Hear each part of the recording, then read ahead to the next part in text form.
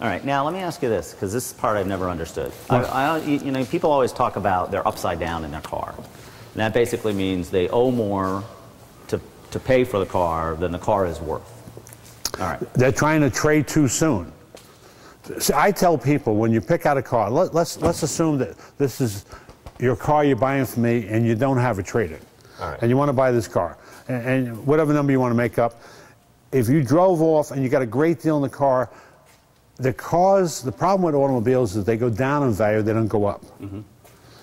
Now, you might want to wait 50 years from now, it might go up in value, but in the meantime, everybody drives a used car. You buy a brand new car today, as soon as it gets titled, it's used, so everybody drives a used car. The value is going down. I haven't thought about it that way, but yeah, you're right. As soon as you drive it off the lot, it's a used car. Yes. Okay. And because it's now used, it's lost, and most new cars, easy 20%. Okay. Compared to the one sitting next to it that hasn't been titled yet. So you're driving a loser.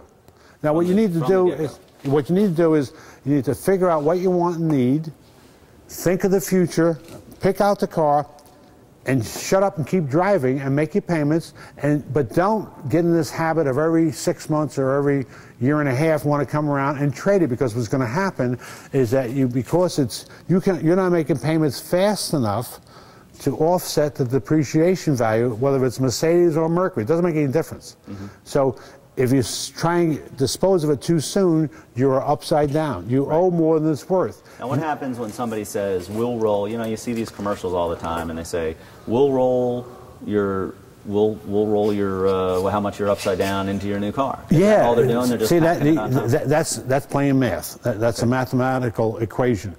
So what they're going to do is, let's say you're upside down $3,000.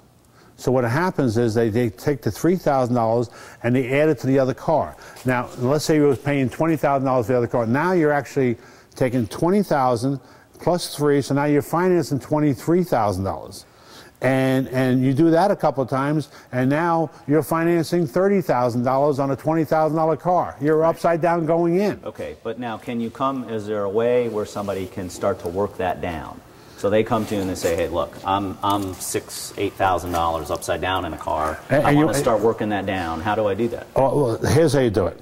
First of all, you talk to me, I'll probably talk you out of buying a car.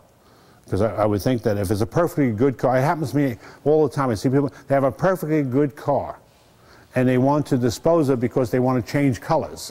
I say, let me wash the car for you. Fall in love with the car again and control yourself. Mm-hmm. You need to get to you need to go on a 5-year note, you need to get in the 36-month range before you start getting even with the board.